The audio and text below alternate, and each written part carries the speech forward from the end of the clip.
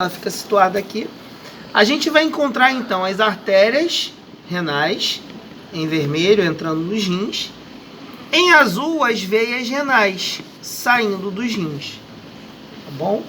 Como é que funciona? O sangue que está na aorta abdominal sempre entra nos rins. Tudo bem? E as veias renais permitem que o sangue saia dos rins filtrado, retornando esse sangue para veia cava inferior, tá bom? Então isso aí está acontecendo o tempo todo na cavidade abdominal, tá bom? Que aconteça a filtragem, tá certo? Essa filtragem, ela faz o quê? O que essa filtragem do sangue faz? Ela regula volume de água, volume de íons. O que seriam íons, professor? Sódio, cálcio, potássio, ácido úrico, tá bom? Diversas substâncias químicas que se encontram aí no seu sangue e por acaso não foram absorvidas no digestório ou eliminadas no sistema digestório.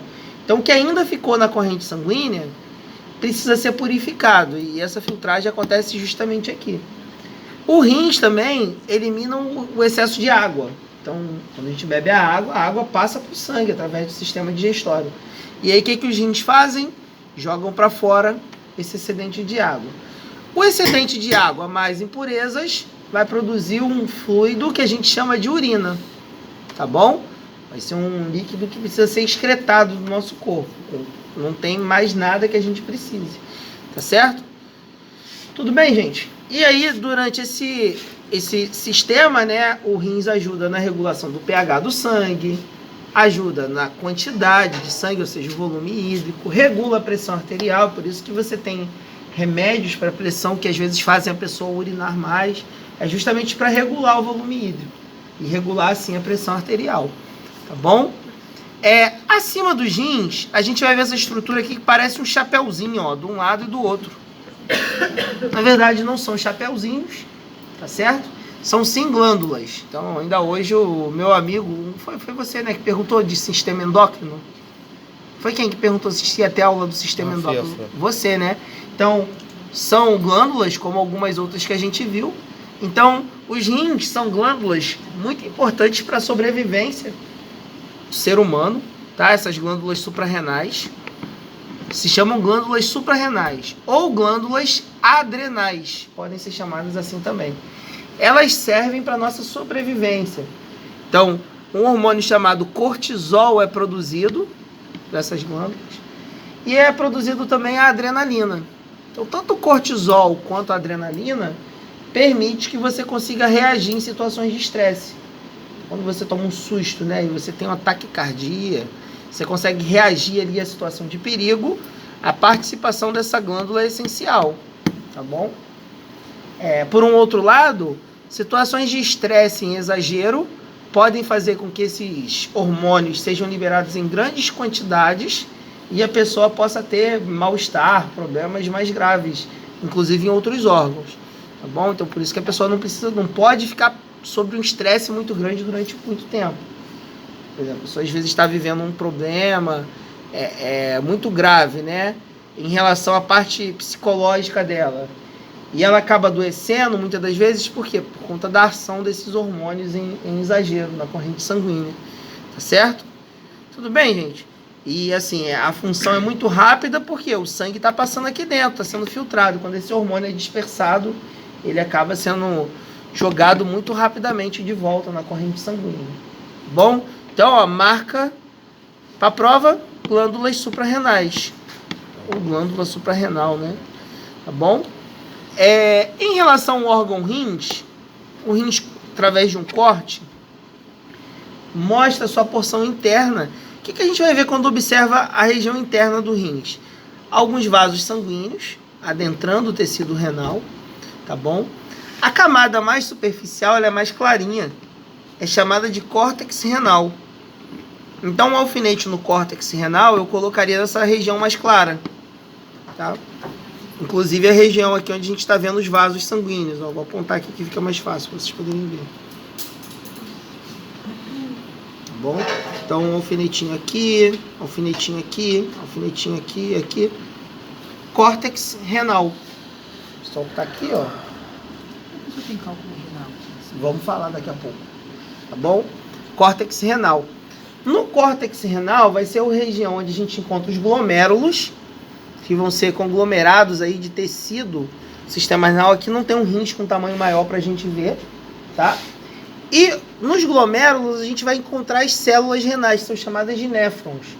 Então vão ser os néfrons que fazem a filtragem do sangue, tá bom? Então o sangue chega através de uma artéria, é filtrado pelo néfron e sai através de uma veia. O excedente da filtragem começa a escoar pelos canais, pelos túbulos que tem aí por dentro desse tecido, tá bom? E aí esse escoamento vai vir para a região central dos rins, tá?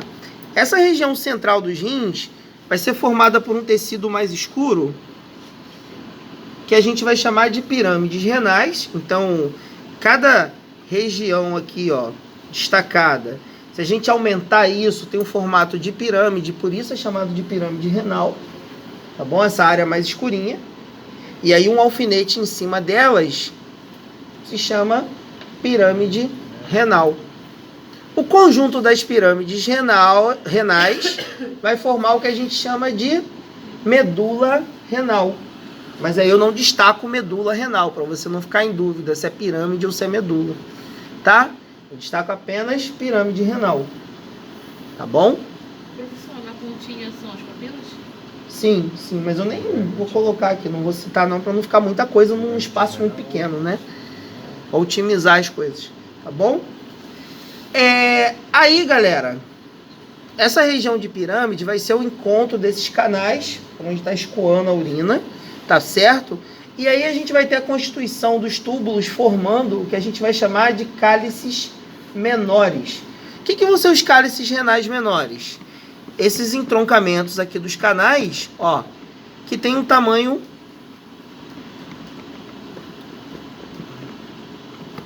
menor.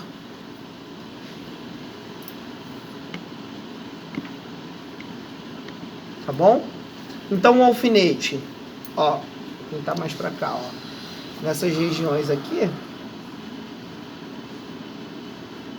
cálice renal menor, tá bom? O alfinete no encontro, ó, cálice renal maior, tá bom? Ó, cálice renal menor, cálice renal maior. Tudo bem? O encontro dos cálices maiores vai formar o que a gente chama de pelve renal. Aqui, ó. Pelve renal. Bom, aí agora é um momento importante. Ela fez uma pergunta aqui agora há pouco. E o cálculo renal, professor? Quando se formam os cálculos renais, enquanto o cálculo está aqui dentro, dependendo do tamanho dele, claro, óbvio, né? Tá tudo bem. O problema é quando esse cálculo resolve vir para a região da pelve renal. Porque a pelve renal, ela parece um funil. Ela é larguinha, porque, poxa, tem duas estruturas maiores, que são os cálices maiores. Se encontram, tá bom? Cálice renal maior com maior forma a pelve renal. E aí eu tenho um afunilamento, tá bom? E aí, a título de curiosidade, né? Esse afunilamento vai ter um tamanho de 6 milímetros na entrada da região do canal do ureter, que seria esse canal aqui, ó, de baixo. Então, nesse pontinho aqui, onde começa o ureter, eu tenho apenas 6 milímetros de espessura no canal. E o que quer dizer isso? Que se qualquer pedrinha, qualquer cálculo renal for maior que 6 milímetros, esse cálculo, possivelmente, se ele for igual a 6 milímetros ou maior, ele vai ficar agarrado aqui, tá bom? Então, a maioria dos casos, né, onde necessita-se de uma cirurgia para o cálculo renal, é por quê? Porque a pedrinha, o cálculo ficou agarrado aqui ou ao longo do canal do ureter. Um outro agravante é que o cálculo renal, normalmente, ele não é uma pedrinha redondinha, bonitinha, lisinha. É uma pedra cheia de pontas, toda deformada. a constituição ali, né, dos ácidos, do cálcio que vai formar ela, na verdade, gera um formato cheio de espículas, tá bom? Então, a tendência desse cálculo agarrar e ficar gerando um sangramento é muito grande. Eu, por exemplo, tive um cálculo aqui de 1,6 milímetros, tá? Ele seria 16 milímetros, isso, 16 milímetros, 1,6 centímetros, né? 1,5 centímetro mais ou menos. Ficou agarrado aqui, a pedra. Eu descobri dor lombar, febre, sangramento na urina, que a gente chama de hematúria, né? Então, tem esses 3 quadros, provavelmente você está com cálculo renal, um cálculo renal machucando as vias urinárias, tá bom? Aí, existem procedimentos para tentar quebrar esses cálculos. Tem a litotripsia externa, eles colocam um aparelho aqui, encostadinho, e esse aparelho dá ondas de choque para quebrar a pedra. Então, normalmente o paciente é anestesiado, e aí o aparelho ele emite ondas de choque na direção dos rins com o intuito de quebrar aquela pedra, esfarelar a pedra. Só pode ser feito em pessoas magrinhas. Professor obeso, né? Tá no projeto aí verão 2025. Não deu. Tá certo? Segunda opção, a litotripsia interna. Então eles acessam o canal da uretra. Cadê o pênis? Tá? Então eles entram pelo canal da uretra. Eles acessam lá com uma sonda, sobem, passam pela bexiga, sobem, passam pelo ureter, essa sonda, vão até a pedra e na pedra emitem um laser que estoura a pedra. Aí a pedra esfarela e desce. Depois disso eles botam uma sondinha por dentro, que se chama catéter duplo J. Duplo J ele é de um material plástico. Então ele tem um Jzinho aqui dentro dos rins, vai até a bexiga e fica um Jzinho dentro da bexiga. Fica um mês com aquilo ali para permitir que a urina desça, não tenha perigo de infecção urinária, de fechamento do canal do ureter, porque foi feita a cirurgia ali e machuca muito, né? Então, dependendo da sonda que eles utilizam, pode machucar a via urinária toda. Toma antibiótico depois da cirurgia. Mas ainda assim é melhor do que cortar músculos, cortar o órgão, rins, porque nunca mais o órgão vai funcionar como antes, né? Se precisar cortar.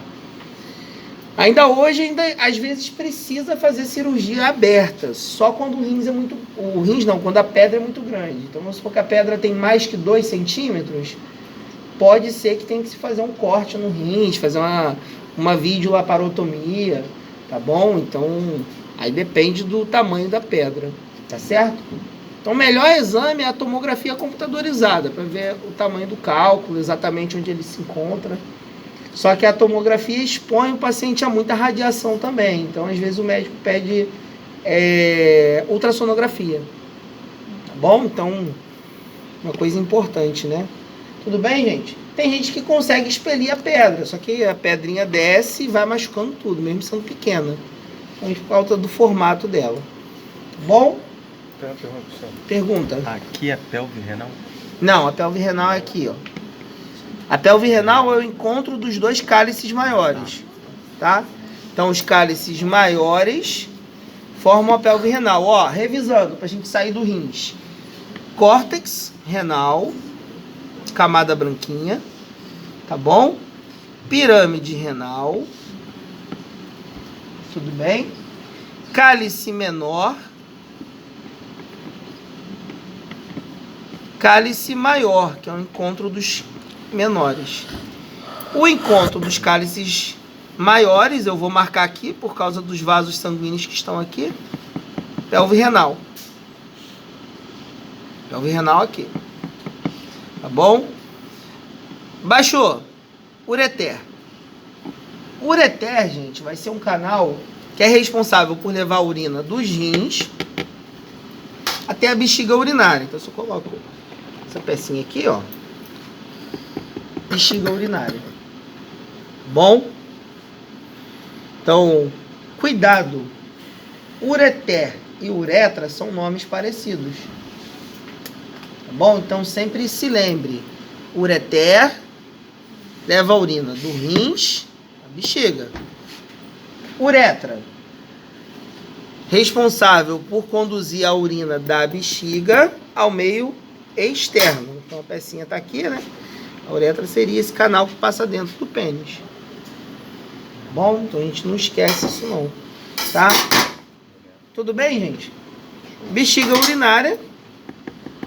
Deixa eu virar a pecinha aqui para ver a diferença entre masculino e feminino.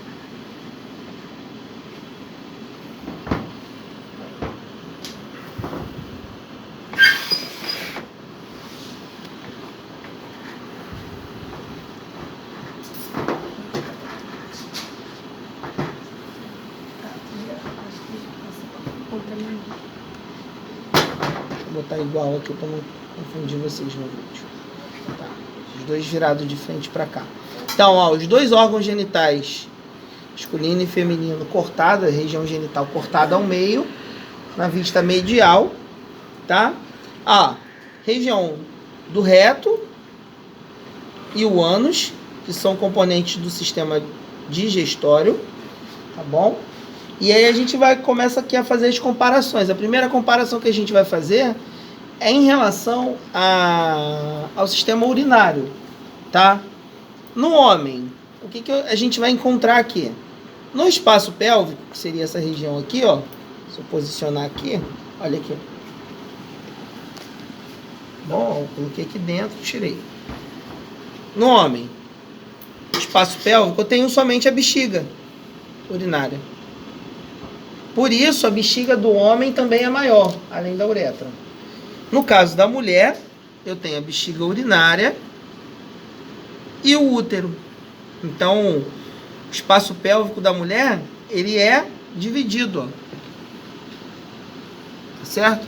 Por isso, a bexiga feminina, ela acaba sendo um pouco menor. Tá bom? A bexiga tá aqui. Porque ela tem que dividir o espaço com o útero. Tá certo? Outro detalhe é o canal que liga a bexiga ao meio externo. Uretra feminina, uretra masculina. Bom? Então, uretra feminina é independente do órgão genital, do órgão de cópula. A masculina passa por dentro do pênis. O canal vaginal fica aqui, diferente, né? Canal vaginal, uretra. No homem eu tenho pênis e a uretra passa por dentro. Por isso a uretra masculina é maior. Então ela pega, bem dizer, uns 7 centímetros internos aqui, em média. E aí dependendo do tamanho do pênis. Por isso que eu falei em média 15 centímetros, né? Um pênis sem ereção. Tá bom? Então a gente tem aqui todo esse comprimento. Em relação à mulher, a mulher acaba ficando mais exposta a infecções urinárias por conta disso. A bexiga urinária dela está muito próxima ao meio externo. Isso torna a vida da mulher mais complicada em relação à infecção urinária. Outro motivo é a bexiga da mulher ser menor. E as mulheres, pelo um aspecto sociocultural, normalmente, não fazerem urina em qualquer lugar e tenderem a aprender mais a urina. Então, desde pequena, a sociedade educa a criança. Menino pode fazer o xixi em qualquer lugar, que também não é correto, né? Não deveria ser assim. E as menininhas não abaixam o calcinho e saem fazendo xixi em qualquer lugar. Então, isso faz com que a mulher tenda, por mais que a bexiga seja menor, prender a urina mais tempo que o homem. Aí a menininha começa a prender a urina para brincar.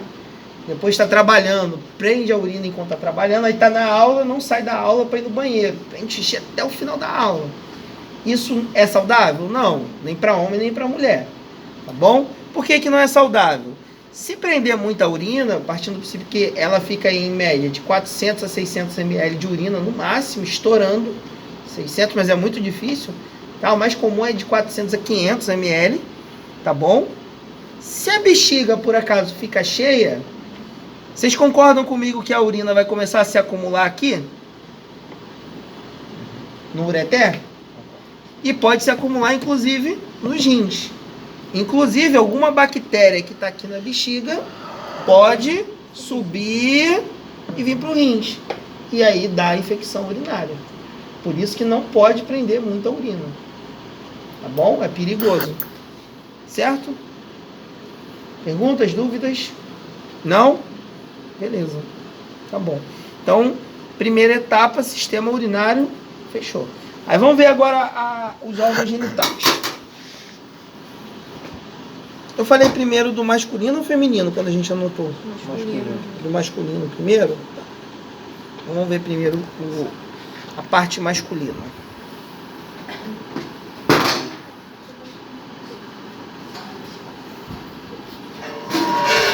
Cadê? Isso aqui mesmo.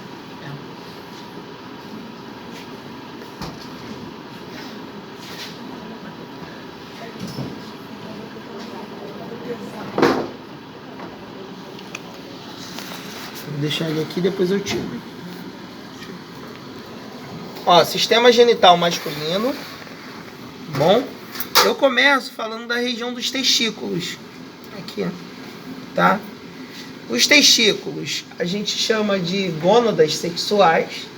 Gônadas porque são glândulas. Essas glândulas produzem o hormônio sexual, que é a testosterona. Eu nem falei, mas as glândulas suprarrenais também produzem testosterona. Por isso que as mulheres têm testosterona também, não é limitada ao homem. Só que o homem tem uma quantidade muito maior, porque ele tem um testículo que produz testosterona, tá? E nos testículos também vai acontecer a produção do espermatozoide. Então, a produção do espermatozoide também se dá nos testículos, certo? O testículo e o epidídimo, que é o órgão que eu vou falar a seguir, que seria esse órgão aqui, ficam armazenados na bolsa escrotal, que eu nem cheguei a falar como estrutura prática, eu não vou cobrar. Então, essa bolsa escrotal, ou escroto simplesmente, ela é responsável por manter uma temperatura ideal para o funcionamento do testículo, tá certo? O funcionamento do testículo em relação à produção do espermatozoide se dá 1 grau abaixo da temperatura do corpo. Bom? Então, tá muito calor? O que acontece? A bolsa escrotal cede, através de músculos, né? E afasta o testículo do corpo. O tempo tá frio? A bolsa escrotal se aproxima do corpo para aquecer ali a região do testículo e produzir o espermatozoide na temperatura ideal. Isso quer dizer o quê? Se uma pessoa usa cueca, calça muito apertada, faz mal? Faz mal. Pode causar infertilidade? Pode causar inflamação na região dos testículos. Tá bom? Então, um cuidado tem que se ter, rapaziada. Tá certo? Então, assim, a pessoa pode ter problemas sérios. Se comprimir muito ali a região do testículo, não pode. Tá bom? Então, cuidado aí, rapaziada. Tá certo? Próximo aos testículos, vai existir uma região aqui chamada de epidídimo. Deixa eu cortar o pênis aqui, depois eu coloco ele de novo. Epidídimo. Também fica dentro da bolsa escrotal. É nesse local aqui que vai se armazenar o espermatozoide, alguns momentos antes da ejaculação. Esse local, inclusive, serve para maturar o espermatozoide, preparar ele aí para ejaculação. Tá bom? Então, epidídimo.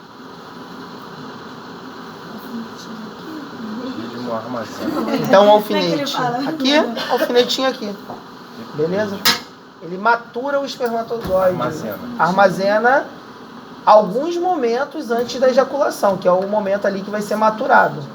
Então, o homem está ali nas carícias, no ato sexual, antes de ejacular.